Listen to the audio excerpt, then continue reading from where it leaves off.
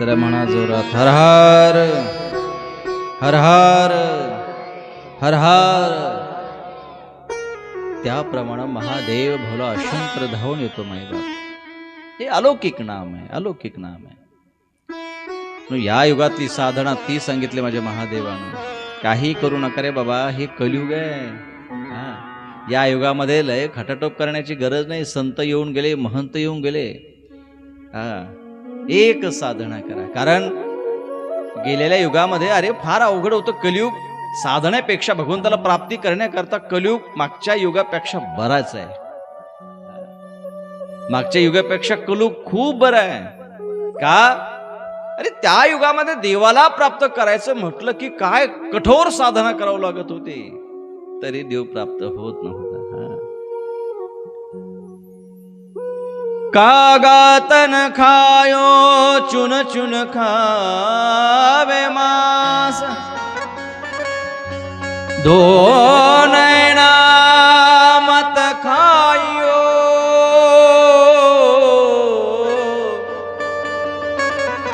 राम मिलन की आस. त्या युगामध्ये भगवान भोलेनाथांना प्रभू रामचंद्र गोपाल कृष्णाला परमेश्वराला प्राप्त करायचं म्हटलं ना तर जंगलात जावं लागत होतं. अरे साधू उलट टांगत होते. कशाला? झाडाला. काही काही गिधडाला असं वाटतं की वा आमच्या करता काहीतरी खायचा पदार्थ लटकलाय. त्या गिधडाने यावं त्या लटकलेल्या साधूच्या अंगाचं मांस खावं. मायबाप मांस खावं. मांस खात असताना मात्र साधूनं असं म्हणत नव्हते की आमच्या शरीरातलं मांस खाऊ नका. ते म्हणायचे या या या या, अरे खा, सगळं मांस का हे तुमच्या करताय. आम्ही खाऊ नका असं म्हणत नाहीये, पण एक विनंती आहे, हात जोडतोय. ज्याला पाहण्याकरता आम्ही ही साधना करतोय ना, जे कठोर साधना चालू आहे ना, ही ह्या पाठीमागे स्वार्थ नाही रे बाबा. पण हे जे आम्ही ज्याचं भजन करतोय, ज्याला पाहण्याकरता जे साधना करतोय ना, अरे कदाचित तो येऊ शकतो रे, कदाचित तो आमच्या समोर उभा राहील. पण जर कदाचित तो जर आमच्या समोर उभा राहिला ना तर त्याला पाहण्याकरता मात्र काय ठेवा? हे डोळे ठेवा. मग हे याची काही गरज नाही. हे खाऊन घ्या. काय मांस काय रक्त घ्या, ते सग खाऊन घ्या, आम्हाला काही त्याची गरज नाही आहे. पण हे बघा, कदाचित तो जर समोर उभा राहिला ना त्याला पाहण्याकरता डोळे ठेवा. दो नैना मत खायो, राम मिलन की आस. मी कलियुगातला आणि मागच्या युगातला भेद सांगतो मायबाप. म्हणून जास्त खटाटोप करायची गरज नाही. जिथे आहात भगवान शंकराचा मंत्र म्हणा, मृत्युंजय मंत्र म्हणा, ओम नमः शिवाय म्हणा, महादेव म्हणा, रामकृष्ण हरी म्हणा, विठ्ठल म्हणा, राधे राधे म्हणा, काही म्हणा. पण भगवंताचं नाम घ्या, बाकी काही करायची गरज नाहीये. मी पुरावा सांगतो श्रीमद भागवत कथेतला. यत् फलम नास्ति तपसा न योगेन समाधिना. हे श्रीमद भागवत कथा सांगते की यत् फलम नास्ति तपसा न योगेन समाधिना. अरे या युगामध्ये भगवंताला प्राप्त करण्याकरता ना तपश्चर्या, ना साधना, ना काही करायची गरज नाही. यत् फलम नास्ति तपसा ना योगेन समाधिना. ना योग करायची गरज, ना तपश्चर्या करायची गरज, ना कोणती साधना करायची गरज. पण जर त्या परमेश्वराला प्राप्त करायचं असेल ना तर या युगामध्ये तत्फलम, लगेच, तात्काळ, आज, आत्ता, ताबडतोब त्याला जर प्राप्त करायचं असेल तर यत् फलम नास्ति तपसा न योगेन समाधिना तत्फलम लभते सम्य कलो केशव कीर्तना. त्याला जर प्राप्त करायचं असेल ना तर या युगामध्ये ना साधना, ना उपवास, ना गुरुवार, ना लय कठोर उपवास, ना 3 दिवस मी काहीच खाणार नाही, याची काहीही आवश्यकता नाही मायबाप.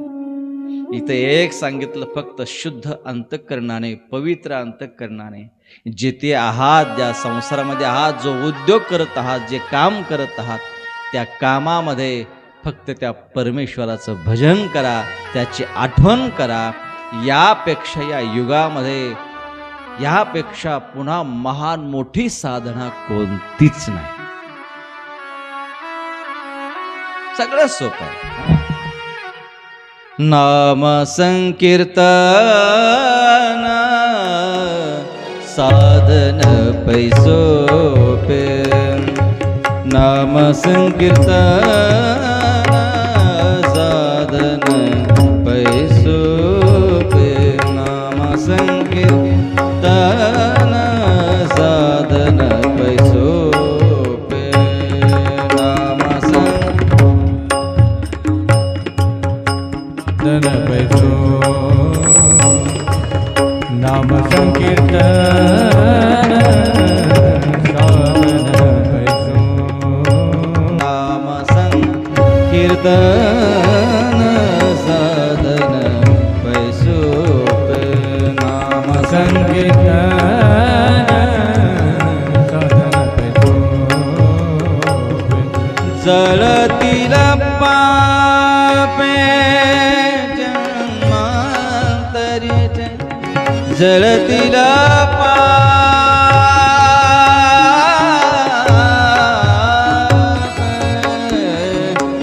जळतील पापे जन्मांतरीचे. जळतील पापे जळतील पापे जळतील पापे जन्मांतरीचे.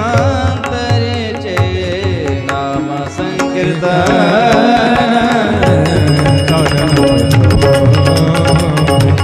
नाम संकीर्तन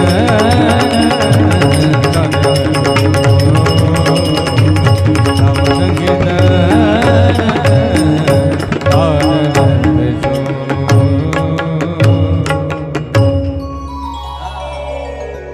सगळ्या सोपं साधन आहे बरं का मातोश्री. जास्त उपवास कोणी सांगा तुम्ही गुरुवार धरले की असं काम होतं, शनिवार धरले की हे काम होतं. काही नाही रे. हा बस संसार करा, आनंदाने करा, मस्त स्वच्छ मनाने करा, भावना चांगल्या ठेवा, प्रेम करा, कुणाविषयी मनात द्वेष आणू नका. मायबाप हे कलियुग आहे, इथं काही फार अलौकिक साधना करायची गरजच नाही. हा आपलं मन चांगलं असावं, आपल्या भावना चांगल्या असावे, आपले विचार चांगले असावे बास. आणि जर हे सगळे आपल्या मनात असेल ना, तुम्ही दिवसातून एकदाही राम म्हटले तर करोडो पुण्य भेटल्याशिवाय राहणार नाही मायबाप.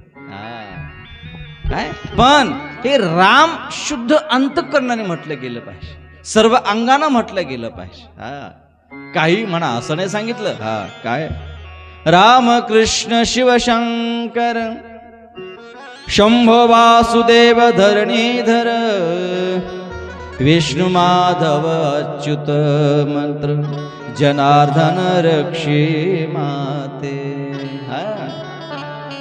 अरे हे मी सांगत नाही, जगाच्या मायबापाच्या माझ्या महादेवाचे शब्द आहे. हा हे साक्षात भोलेनाथ म्हणतात की भगवान विष्णूचंही तुम्ही स्मरण केलंय तरी माझी पूजा आहे. हा